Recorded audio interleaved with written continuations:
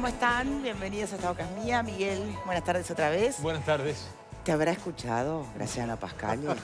No, porque vieron que se terminó el problema de la estatua de Tabarez, pero el propio Tabarez llama a la intendencia y dice, ¿sabes qué? La cosa venía muy mal parida, muy complicada.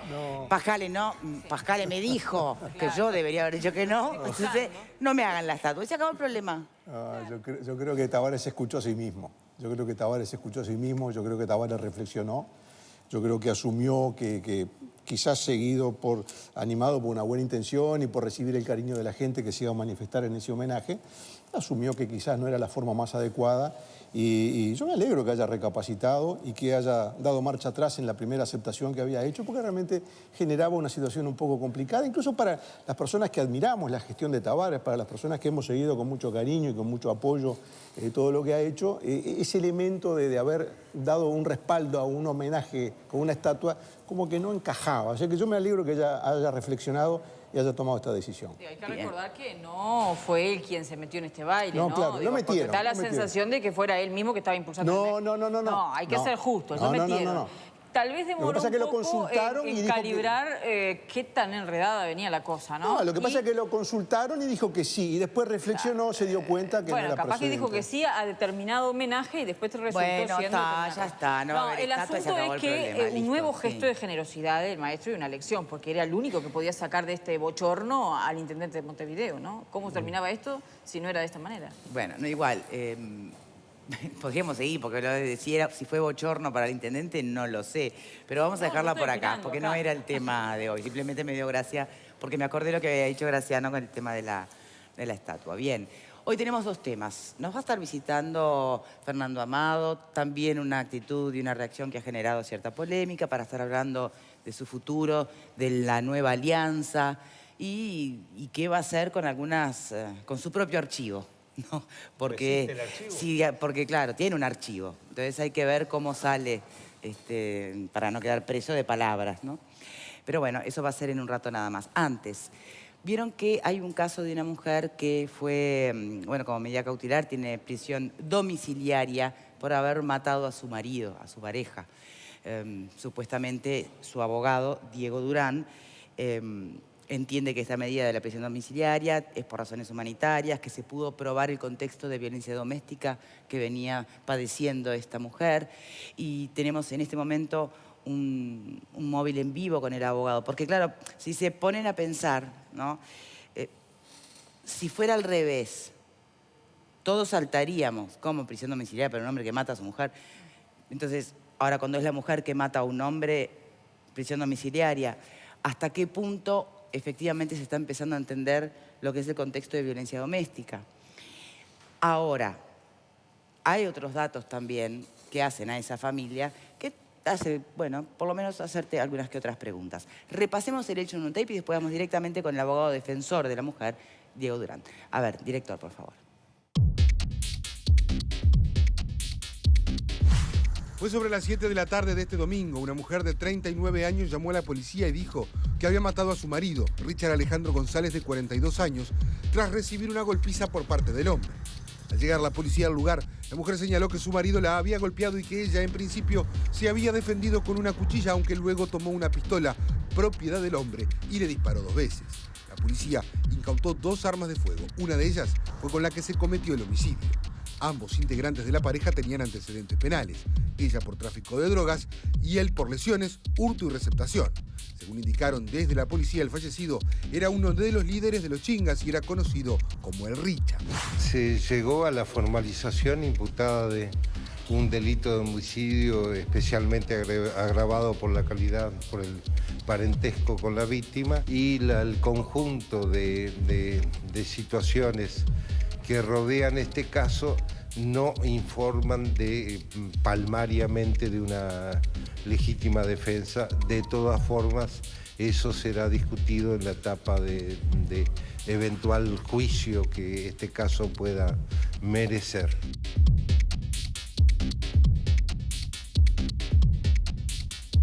Bien, recordar entonces, esto no es un fallo judicial, esto es la formalización. Esta medida de prisión preventiva corresponde a esta etapa. Si después hay juicio y se le encuentra culpable del cargo que se le imputa, habrá una sentencia que dudo que sea a nivel domiciliario.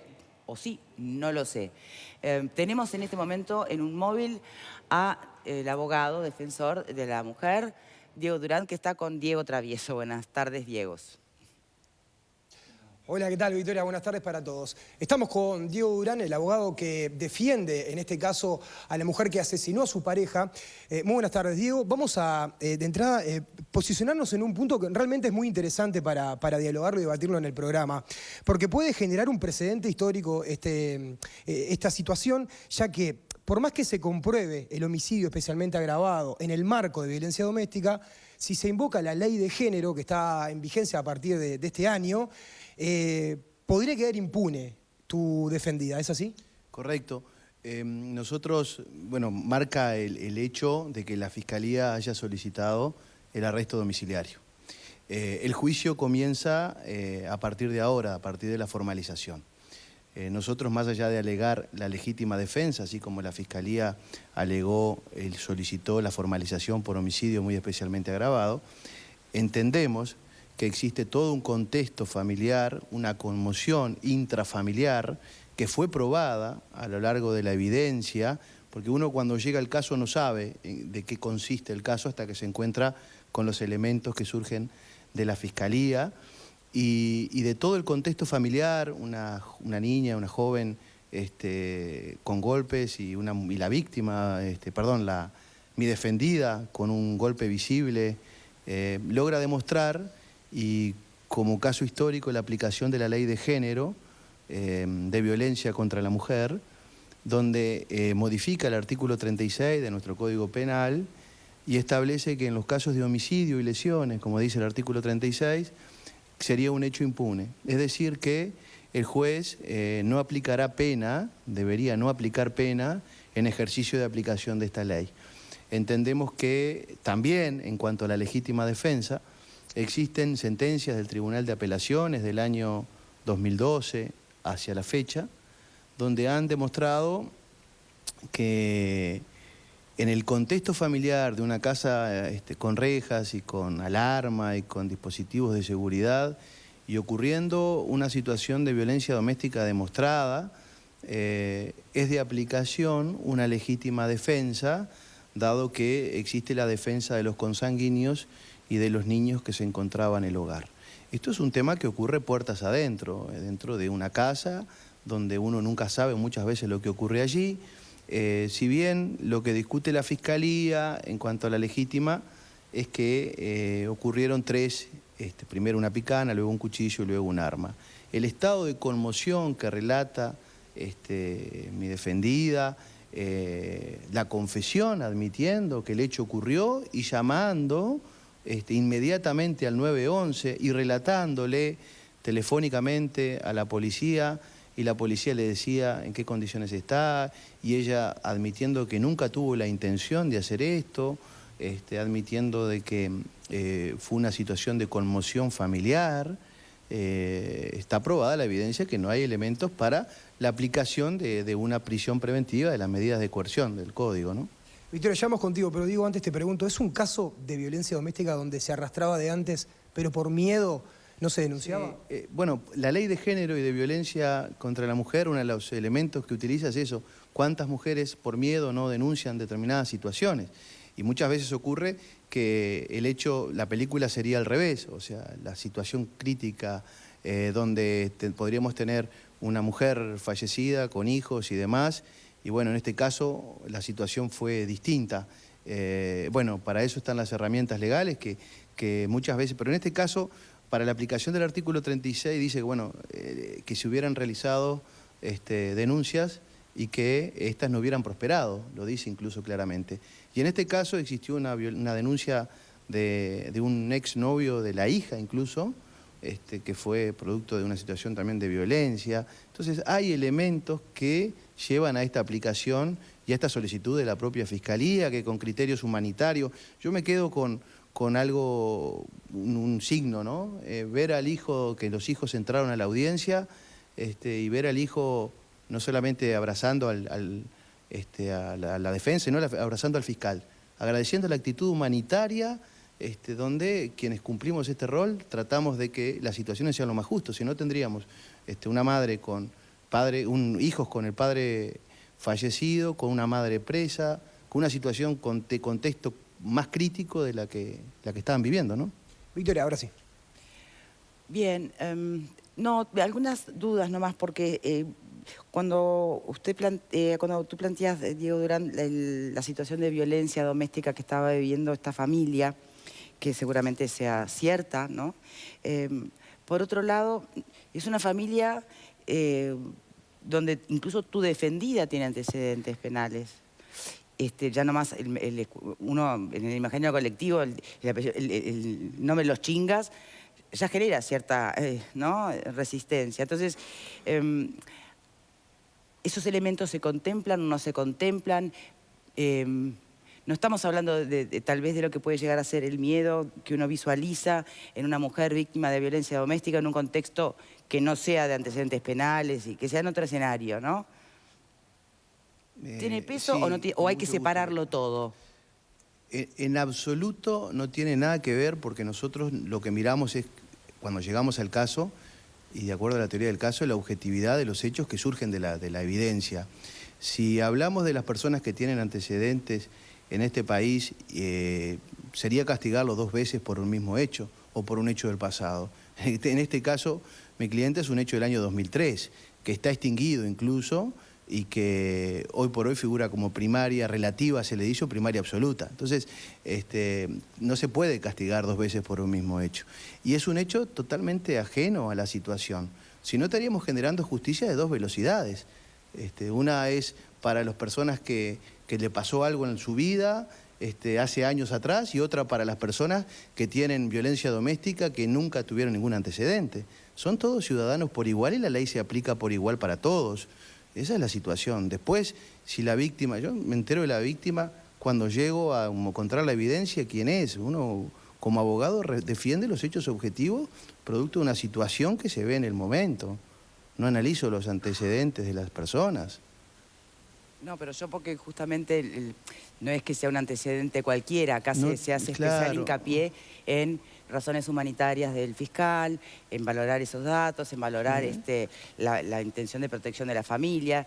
Y bueno, claro, y cuando uno piensa en la protección de la familia, parecen haber otros códigos de protección de la familia en esos entornos que uno conoce por referencias de otros integrantes de los Chingas y de toda esa violencia a la que asistimos todos los días. Entonces, por eso lo pregunto, si hay que separarlo todo y simplemente visualizar una mujer que padecía violencia doméstica y que, aunque no es legítima defensa, lo explicaba el fiscal Gómez, sí se puede entender que fue una suerte de defensa personal, ¿no? De ella y de los chicos. Entonces, hay que separarlo todo, insisto en la pregunta. Correcto, hay que separarlo porque, como expliqué antes, son circunstancias totalmente ajenas al caso. En segundo lugar, el fiscal, son 2 partes, una es la defensa y la otra es el fiscal. El fiscal podrá entender que no existió la progresividad que habla que configura la legítima defensa, o una evidencia manifiesta en cuanto a la legítima defensa. Es totalmente discutible, pero es más, el argumento y el caso se va a ir desentrañando en las etapas sucesivas. Incluso el fiscal, en sus propias declaraciones, dice, bueno, habrá que ver las pruebas y las evidencias sucesivas, qué es lo que logran demostrar, y probablemente en la secuencia se logrará demostrar con las cámaras y demás la conmoción y la situación de urgencia y la secuencia breve que existe entre un hecho y el otro en cuanto a la protección de salvar a los suyos y salvar su propia vida. Y eso se logrará con la evidencia posterior. Pero lo más importante también es la aplicación de la ley de género. ¿A qué se refiere, perdón? Me refiero a la secuencia, porque el fiscal dice que la utilización primero de una picana y la progresividad para llegar luego al arma, pudo haber acudido a la policía. En plena lucha, digamos. Claro, pudo haber acudido a la policía. Y es muy relativo. Yo desde un escritorio puedo pensar que uno puede hacer cosas distintas y puede ser fácil pensar de un escritorio. En un estado de conmoción, de una violencia doméstica, de una situación crítica familiar en la que estaban viviendo todos, es difícil pensar. Y lo mismo que entrar a discutir la cantidad de disparos. Y hay sentencias del Tribunal de Apelaciones que han acogido esta legítima defensa. Pero aparte de esto, existe la aplicación donde la propia ley de género dice que en estado de conmoción intrafamiliar y de aplicación de violencia doméstica, y aplicado estos 3 requisitos, el juez está facultado para no aplicar la pena. Es decir, es un hecho de una causa de impunidad. El caso quedará, que le cabría delito, pero según no su se le aplicará criterio, pena. a su defendida, eventualmente. Sí, claro, por supuesto. Entiendo que se aplica la ley de género y se aplica la legítima defensa. O sea que tengo argumentación de los 2 lados en cuanto a la defensa. Bien. Para la no aplicación de una pena, ¿no? Para la no aplicación de una pena. Bien. Abogado, muchísimas gracias. Gracias, Diego. Si tenés más preguntas. Por favor, un gusto. No, simplemente cómo sigue esta instancia ahora. Sí, ahora vendrá la etapa de prueba, quedan evidencias todavía por resolver, y bueno, seguirán las próximas, hay 150 días de aplicación de prisión, de arresto domiciliario, y bueno, habrá que en las etapas posteriores ver y ir determinando esta prueba, ¿no? Pero entiendo que están aplicados los requisitos de la ley de violencia contra la mujer. Perdón, me quedó una duda de Muchas algo que gracias, tal vez no quedó muy claro. Dale, Victoria. Sí, porque es necesario que existan denuncias previas de violencia doméstica justamente para poder configurar un estado que se viene viviendo desde hace tiempo, ¿no? Y usted dijo que había una, pero que había una no presentada por la mujer, presentada por un novio de la hija. Pero era una denuncia ¿de qué? ¿Y contra quién? Fue una violencia, hay elementos de violencia contra la hija y elementos de violencia contra el exnovio de la hija en un contexto, dentro del domicilio, etcétera, ¿no? Pero bueno, eso será parte de la evidencia. Pero dijiste que ese chico había presentado una denuncia. Exacto, hay una denuncia formalizada, que es la evidencia que resta por venir a clarificar. Hay una denuncia presentada ahí. Exacto, Bien, correcto. Perfecto. Muchas gracias, Por favor. Adelante, Victoria. Bien.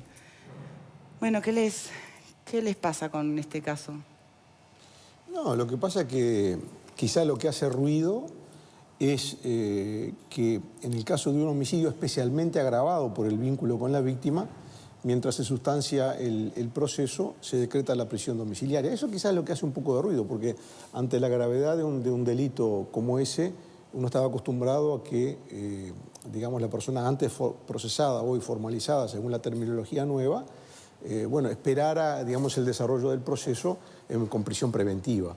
Quizás lo que hace un poco de ruido es eso. Ahora, las explicaciones que da el fiscal y que el doctor Durán aporta dentro del contexto del nuevo código, da la impresión de que son razonables. O sea, en la medida en que no sabemos cómo va a terminar este proceso y en función de la situación de la familia, de la condición de madre, los hijos que quedarían ahora sin padre y ahora con la madre detenida, da la impresión de que puede entenderse esa medida. Pero repito, lo que hace ruido... Hay muchas mujeres que no han corrido con esa suerte. Por eso digo, lo que hace ruido es que ante un delito tan grave como es el homicidio especialmente agravado, se tome esta decisión. Es un tema polémico, yo creo que está abierta la polémica, en definitiva, por eso está presente hoy en la agenda del programa, ¿no? En la medida en que todos sentimos que hay una pieza que hace un poco ruido ahí en todo el engranaje. ¿Para vos hay algo que haga ruido? No, creo que el asunto es acostumbrarse a que las cosas están cambiando, ¿no? El artículo al que refería Durán allí, que se ha modificado, justamente prevé que la persona que ha sido víctima de violencia, la persona, no establece que sea mujer, podría darse a la inversa también, ¿no? Que ha sido víctima de violencia puede tener, si se configuran determinadas cuestiones, ¿no? Como esa, por aquí dice, sometimiento de sus descendientes, ascendientes, otras personas que bajo su guardia o cuidado con quien mantuviera fuertes vínculos afectivos se hayan visto afectados también por esa violencia. Bueno, creo que allí es donde está esta cuestión que... Habrá que acostumbrarse. Puede gustar más, puede gustar menos, pero hoy es ley y la justicia no tiene otra opción que aplicar esta ley. No es que los jueces pueden o no aplicar esta ley de violencia de género, deben aplicarla y allí establece claramente que podría llegarse a la exoneración de la pena si se configura que está inmersa en ese proceso de violencia. Esto vino a sustituir aquel artículo 36 que establecía que, bueno, el hombre podía matar a la mujer si la encontraba, por ejemplo, con su amante. Entonces, las cosas han cambiado. Nos gusta más, nos gusta menos. Sí. Ojo, que pero tampoco han se cambiado. entienda este artículo como el gatillo fácil para cualquier mujer que está cansada de su marido. No, o para Por cualquier favor, hombre, claro, porque sí. también esto puede darse a la inversa. También podría, tampoco estamos tan acostumbrados, pero A puede ver, darse Miguel, al revés. a vos que de todo este Y no, episodio... Graciano dice que hay tema cosas Graciano dice que hay cosas que hacen ruido. Sí, y evidentemente hay algunos elementos que hacen A ruido. ver. Primero que nada, tiene antecedentes por tráfico de drogas. Nada más ni nada menos que por tráfico de drogas. Estamos hablando de que Sí, su pero pareja... viste que cuando se lo planteó al abogado dice, eso queda en el pasado, no puede correr en el análisis de esta realidad. No, por supuesto, pero tiene antecedentes. Entonces Es eso un- justificaría que una No, mujer no. que tiene antecedentes de determinadas No, circunstancias no. pueda ser víctima de una violación. No Me parece que no es a un ver, argumento a ver, en este no caso. Ya sé, no te da esa sensación de pobrecita. A ver, no ¿Es eso? justifica, lo que yo estoy diciendo no lo justifica, pero por ejemplo, dentro de la vivienda había un arma que estaba denunciada como robada. Que estaba denunciada como extraviada. Por ejemplo, la mujer no lo sabía. Ese detalle también habría que investigarlo. Había dos Sí, hay armas que adentro de la investigar vivienda. todo, pero, Entonces, ¿por qué me no le ponemos parece- nombre? Pertenecer a los chingas. Claro. ¿Cambia las cosas? Y a ver... ¿Amerita otra mirada? y yo no sé si amerita otra mirada. Sí, necesariamente se tienen que poner arriba de la mesa algunos otros elementos. ¿No será por eso que tiene prisión domiciliaria? Y no lo sé, Para pero resguardarla, a ver, porque hasta donde sabemos... el fiscal va a tener que No son indagar. bebé de pecho estas bandas, el ¿no? fiscal va a tener que indagar sobre la procedencia de esa arma. La mujer sabía que esa arma estaba denunciada, era argumentan razones cómplice. humanitarias. Digo, sabía dónde estaba, sabía que su esposo estaba armado, porque si en definitiva fue a buscar un arma para defenderse, digo, sabía que su esposo estaba armado. Digo, me parece que tenemos que ser un poquito más mesurados y dejar que la investigación transcurra. Y bueno, en definitiva, el fiscal tratará de encontrar los elementos que permitan aclarar qué fue lo que Creo que hay que tener en cuenta también que había menores, ¿no? Y que los menores también eran víctimas de violencia. Creo que ahí es muy delicado el asunto de manejar, bueno, si se está en determinado ámbito, tendrás que aguantarte lo que te toque. No, pero ¿quién Ojo dijo con eso, Verónica? ¿Quién dijo eso? Bueno, yo creo que se insinúa de alguna manera en varios comentarios. Bueno, pero ¿Pero quién lo entonces, insinúa? si sabía que el marido esto, si estaba ¿Quién lo insinúa, tenía antecedentes Verónica? por ¿Pero quién lo narcotráfico. insinúa? ¿Quién lo Yo insinúa? estoy de acuerdo contigo que hay que investigar Pero todo. te estoy preguntando pero quién tú estás insinúa diciendo algo. que Yo no esta estoy insinuando investigación de nada. algún modo puede arrojar luces sobre esta otra. A ver, yo no estoy insinuando nada, yo te estoy diciendo que necesariamente estos elementos se tienen que poner arriba de la mesa. No estamos hablando de una mujer que era sometida a violencia doméstica y de una familia tipo. Estamos hablando de una persona que tenía antecedentes por tráfico de droga. Yo creo una que el persona fiscal que- ha puesto todo lo que Cuando tenía. hablamos de proteger a nuestros hijos y nuestra familia, todas las decisiones me parece que hay que considerar. Sí, por supuesto. Entonces, no es lo mismo el entorno de una familia tipo con el entorno de una familia donde madre y padre tienen antecedentes. ¿Eso es lo que se está planteando? Y sí, pero por supuesto... ¿Es válido o no es válido? Es- A la vuelta lo vemos.